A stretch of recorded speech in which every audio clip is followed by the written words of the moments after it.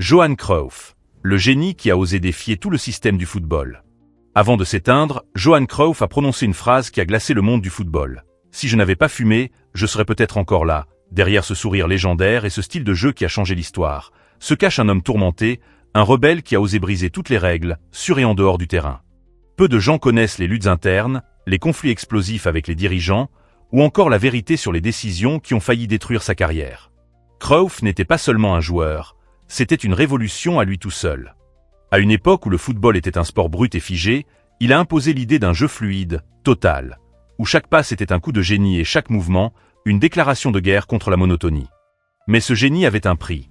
Les ennemis qu'il s'est fait dans les coulisses, les guerres froides avec la FIFA, et même une tentative d'enlèvement qui a changé sa destinée pour toujours. Aujourd'hui, quand on parle de Johan Cruyff, on pense à la gloire de l'Ajax et du Barça, au Cruyff Turn, qui a humilié les défenseurs, mais rarement à l'homme qui, dans l'ombre, a dû se battre contre les pressions, les critiques et ses propres démons. Et si le vrai secret de Cruyff, celui que peu osent révéler, était que son plus grand combat n'était pas sur le terrain, mais dans les vestiaires et les bureaux des puissants. À la fin des années 60, alors que l'Europe se remet à peine des bouleversements sociaux et politiques, un jeune joueur aux allures frêles fait trembler les défenses les plus solides. Johan Cruyff, né à Amsterdam en 1947, n'est pas seulement un enfant des rues du quartier de Beutendorp, il est aussi le fils d'un pays en pleine reconstruction qui cherche à briller à nouveau sur la scène mondiale. Le football, pour lui, n'est pas qu'un sport. C'est une mission, une revanche sur la pauvreté et un moyen de bousculer les codes d'un monde encore engourdi. C'est à l'Ajax Amsterdam que tout commence. Le club, alors peu connu en dehors des Pays-Bas, devient en quelques années le laboratoire d'une révolution footballistique, le football total. À seulement 17 ans, Cruyff éblouit par son intelligence de jeu, sa vision et son style unique, presque insolent. Il n'est pas seulement un buteur ou un meneur, il est l'architecte d'un nouveau langage sur le terrain. Mais derrière ce jeune prodige se cache déjà un caractère rebelle, prêt à s'opposer aux dirigeants pour défendre ses convictions, même si cela signifie se mettre tout le monde à dos. La fin des années 60 et le début des années 70 marquent l'ascension fulgurante de Cruyff et de l'Ajax, qui décroche 3 Coupes d'Europe consécutives, 1971, 1972, 1973. Mais ce succès, au lieu de l'apaiser, attise son esprit contestataire. Cruyff refuse d'être un simple pion dans le système. Il veut contrôler son destin, négocier ses contrats, imposer sa vision, ce qui provoque de violents désaccords avec les dirigeants de l'Ajax et même avec certains coéquipiers. En 1973, lassé des tensions internes, Cruyff prend une décision qui choque tout le pays. Il quitte l'Ajax pour rejoindre le FC Barcelone.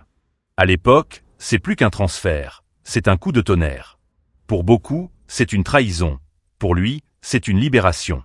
Barcelone n'est pas seulement un club, c'est une ville qui résonne avec son esprit révolutionnaire, en pleine lutte contre le franquisme.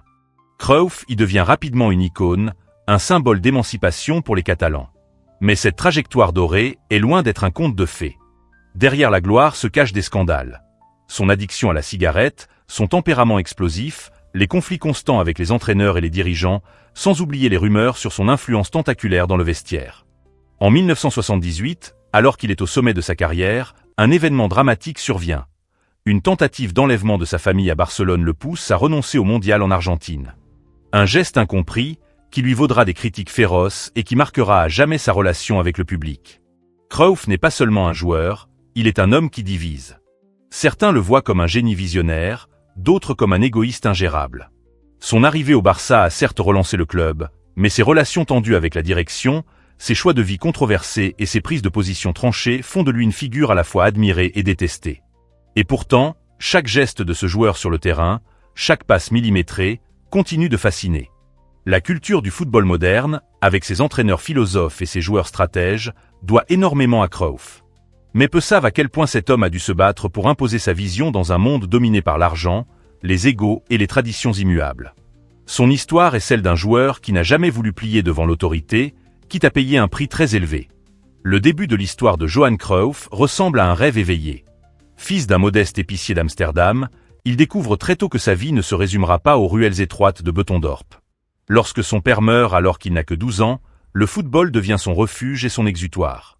L'Ajax Amsterdam le repère rapidement, mais personne n'imagine que ce garçon mince, au physique fragile, deviendra l'un des joueurs les plus influents de l'histoire. Son ascension est fulgurante. À 18 ans, il est déjà titulaire indiscutable et mène son équipe vers des victoires qui bouleversent les hiérarchies du football européen. La première phase de sa carrière est un chef-d'œuvre. Avec Rinus Michels, l'entraîneur visionnaire de l'Ajax, Cruyff crée un style de jeu révolutionnaire, le football total. Chaque joueur attaque et défend, chaque espace est exploité avec une intelligence tactique inédite. L'Europe est fascinée, la presse parle de lui comme du Mozart du football. 3 ballons d'or, 1971, 1973, 1974, viennent consacrer son talent. Pourtant, derrière ce succès éclatant, des fissures apparaissent. Cruyff n'est pas un joueur docile. Il critique ouvertement les dirigeants, s'oppose aux décisions qui ne lui conviennent pas et exige un contrôle absolu sur son destin. Les tensions avec l'Ajax atteignent leur paroxysme en 1973, lorsqu'il décide de rejoindre le FC Barcelone. Le transfert est un scandale. Les supporters néerlandais se sentent trahis. Mais à Barcelone, Cruyff devient rapidement une légende vivante. En 1974, il mène le Barça à son premier titre de champion d'Espagne depuis 14 ans et humilie le Real Madrid 5-0 au Bernabéu, dans ce qui reste l'un des matchs les plus mythiques de l'histoire du club. Cruyff devient plus qu'un joueur. Il est un symbole de la résistance catalane face au régime franquiste. Pourtant, le succès ne l'épargne pas des tempêtes.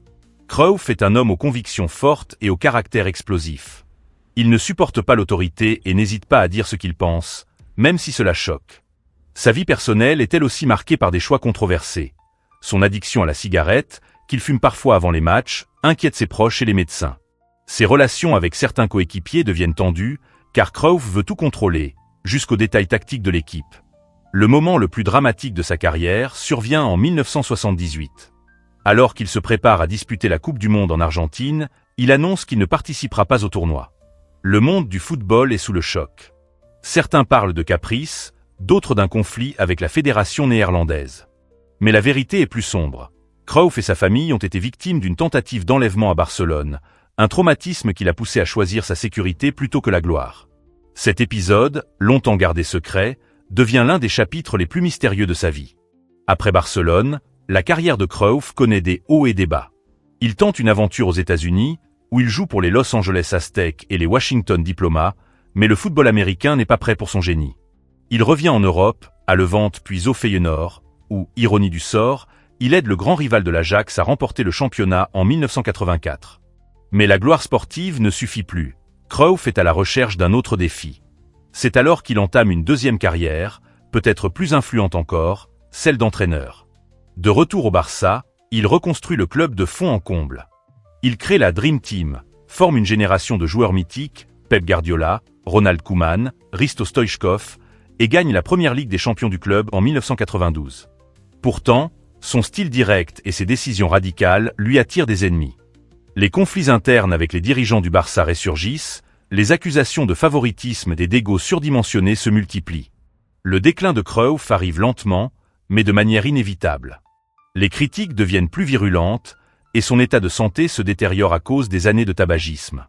En 1991, il subit un quadruple pontage cardiaque, un choc qui l'oblige à arrêter de fumer. Il devient même le visage d'une campagne anti-tabac, un paradoxe pour celui qui enchaînait autrefois les cigarettes dans les vestiaires. Mais le mythe de Cruyff ne faiblit pas. Ses idées, sa philosophie de jeu, continuent d'influencer des générations entières, de Guardiola à Xavi, en passant par les entraîneurs modernes qui voient en lui le père du football contemporain. Pourtant, derrière le mythe, il reste l'homme, un rebelle, un visionnaire, mais aussi quelqu'un qui a payé le prix fort de ses convictions. Sa carrière est un mélange de gloire et de conflits, de triomphes et de blessures invisibles. Derrière l'aura brillante du joueur qui a redéfini le football moderne se cache une série de vérités sombres que Johan Cruyff n'a jamais vraiment dévoilées de son vivant. Le grand public connaît le Cruyff magicien, l'architecte du football total, mais bien moins le Cruyff vulnérable, prisonnier de ses démons et de ses choix radicaux. L'une des révélations les plus troublantes de sa carrière reste cet épisode dramatique en 1978, la tentative d'enlèvement de sa famille à Barcelone.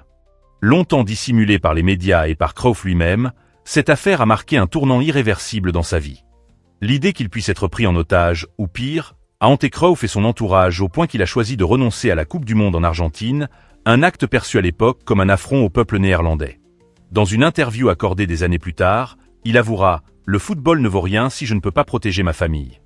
Cette phrase, simple mais terrifiante, dévoile un homme prêt à sacrifier la gloire pour sa sécurité. Mais la noirceur de la vie de Cruyff ne se limite pas à ce drame. Son addiction au tabac est un autre chapitre douloureux. On raconte qu'il fumait jusqu'à 2 paquets par jour, parfois même dans les vestiaires, quelques minutes avant de fouler la pelouse. Son cœur finira par lui faire payer cette habitude. En 1991, alors qu'il entraîne le FC Barcelone, il s'effondre. Le diagnostic est sans appel. Une opération à cœur ouvert est nécessaire. Les images de Cruyff avec un paquet de bonbons à la bouche pour remplacer la cigarette feront le tour du monde, transformant le rebelle fumeur en symbole involontaire de la lutte anti-tabac. Les coulisses de ces années d'entraîneur révèlent également un homme plus complexe qu'il n'y paraît. Si la Dream Team du Barça, avec Pep Guardiola comme maestro au milieu de terrain, reste une référence absolue, elle fut aussi un nid de tension. Cruyff exigeait une discipline totale, mais refusait souvent de se plier aux décisions des dirigeants. Ses disputes avec Josep Luis Nunez, président du Barça, étaient légendaires. Cruyff voulait bâtir un club à son image, avec une philosophie claire et un centre de formation qui deviendrait la Masia. Mais ses idées visionnaires se heurtaient aux jeux de pouvoir et aux intérêts financiers. Les médias de l'époque le dépeignaient tantôt comme un génie visionnaire, tantôt comme un dictateur insupportable.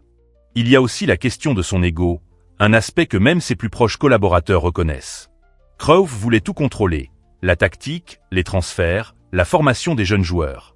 Certaines légendes racontent qu'il n'hésitait pas à écarter des joueurs talentueux simplement parce qu'ils ne comprenaient pas sa vision du jeu. Mais en même temps, c'est cet ego, cette obsession de la perfection, qui a donné au monde des joueurs comme Xavi, Iniesta et Messi, héritiers indirects de sa philosophie. La presse ne l'a jamais épargné, surtout lorsqu'il est devenu consultant après sa carrière d'entraîneur. Ses déclarations étaient tranchantes, parfois cruelles. Cruyff ne mâchait jamais ses mots, et cela lui valait autant d'admiration que de haine. Il n'avait peur de personne, pas même de la FIFA, qu'il critiquait ouvertement pour sa corruption et son manque de vision. Ses coups de gueule étaient devenus des événements médiatiques. Quand le cancer du poumon lui est diagnostiqué en 2015, le monde du football retient son souffle. Cruyff, l'homme qui semblait invincible, se retrouve face à une bataille qu'aucune tactique ne peut gagner. Il affronte la maladie avec la même franchise que sur le terrain. En février 2016, il déclare « Je mène 2-0 contre le cancer ». Une phrase pleine d'espoir, mais derrière laquelle se cache une lutte impitoyable. Les dernières images de lui, affaibli mais souriant, bouleversent les fans du monde entier. Le 24 mars 2016, Johan Cruyff s'éteint à Barcelone, la ville qu'il avait adoptée comme un fils. La réaction des médias et du public est à la hauteur de l'homme, un mélange de chagrin, d'admiration et de nostalgie. Le Camp Nou, le stade de l'Ajax, et même des villes entières se parent d'hommages. Les journaux titrent « Adieu au prophète », le roi du football total, ou encore l'homme qui a inventé le Barça moderne.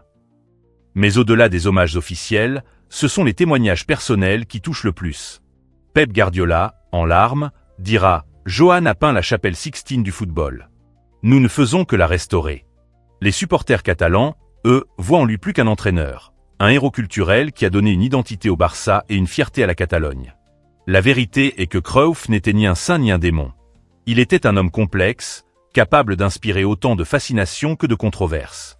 C'est cette dualité qui fait de lui une légende immortelle, car le football n'est pas seulement une question de victoire, mais de récit, de combat et de vérité cachée. Chez Révélation Célèbre, nous ne voyons pas Johan Cruyff seulement comme un joueur ou un entraîneur. Il est bien plus qu'un nom inscrit dans l'histoire du football. Il est une révolution, un séisme qui a redéfini les codes du jeu et inspiré des générations entières. Mais comme toute légende, Cruyff n'a jamais été parfait, et c'est peut-être ce qui le rend encore plus fascinant. Si l'on regarde froidement ses accomplissements, la liste est vertigineuse. 3 ballons d'or, 3 coupes d'Europe consécutives avec l'Ajax, une renaissance totale du FC Barcelone, et surtout une philosophie de jeu qui continue d'être enseignée dans les plus grands clubs du monde. Cruyff n'était pas qu'un joueur exceptionnel. Il était un penseur, un stratège, presque un poète du ballon rond. Mais derrière cet héritage doré se cachent des zones d'ombre. Son ego parfois insupportable, ses conflits incessants avec les dirigeants, son refus de compromis, et ces moments où son caractère bien trempé a frôlé l'autodestruction. Nous pensons que la grandeur de Cruyff réside précisément dans cette dualité. Un homme qui n'a jamais voulu se plier aux règles d'un système qu'il jugeait étouffant. Il a dit un jour, « Jouer au football est simple, mais jouer un football simple est la chose la plus difficile qui soit. » Cette phrase pourrait s'appliquer à sa propre vie. Derrière l'élégance et la fluidité de son jeu se cachait un combat constant contre l'injustice, l'avidité des clubs et la médiocrité des institutions. Et pourtant, malgré les scandales, malgré les critiques, Cruyff a laissé un héritage indélébile. Le FC Barcelone que nous admirons aujourd'hui, avec sa philosophie du jeu de passe, son obsession pour la technique et la formation des jeunes, n'existerait pas sans lui. Pep Guardiola, Xavi, Iniesta, Messi tous ont grandi dans l'ombre de ses idées. Même le football moderne, avec ses entraîneurs tacticiens comme Klopp ou Guardiola, porte l'empreinte de Cruyff. Mais qu'en est-il de l'homme derrière la légende? La presse a souvent dépeint Cruyff comme arrogant, provocateur, parfois cruel dans ses déclarations. Pourtant, ceux qui l'ont connu personnellement parlent d'un homme passionné, direct, mais profondément loyal envers ceux qu'il aimait. La tentative d'enlèvement de sa famille en 1978, sa bataille contre le cancer et son attitude face à la mort montrent une autre facette. Celle d'un homme fragile, qui savait que la gloire n'était rien face à la vie et aux liens familiaux.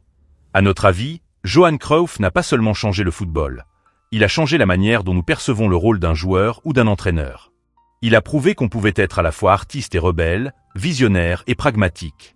Nous pensons que son histoire est l'une des plus inspirantes et des plus humaines de l'histoire du sport, parce qu'elle nous rappelle que derrière chaque héros, il y a des cicatrices, des choix difficiles et des luttes invisibles. Et vous, que pensez-vous de Johan Cruyff? Est-il pour vous un génie visionnaire ou un homme trop complexe pour être mis sur un piédestal? Pensez-vous que sa philosophie de jeu est encore vivante dans le football actuel, ou a-t-elle été trahie par la modernité et l'argent? Nous aimerions connaître votre opinion.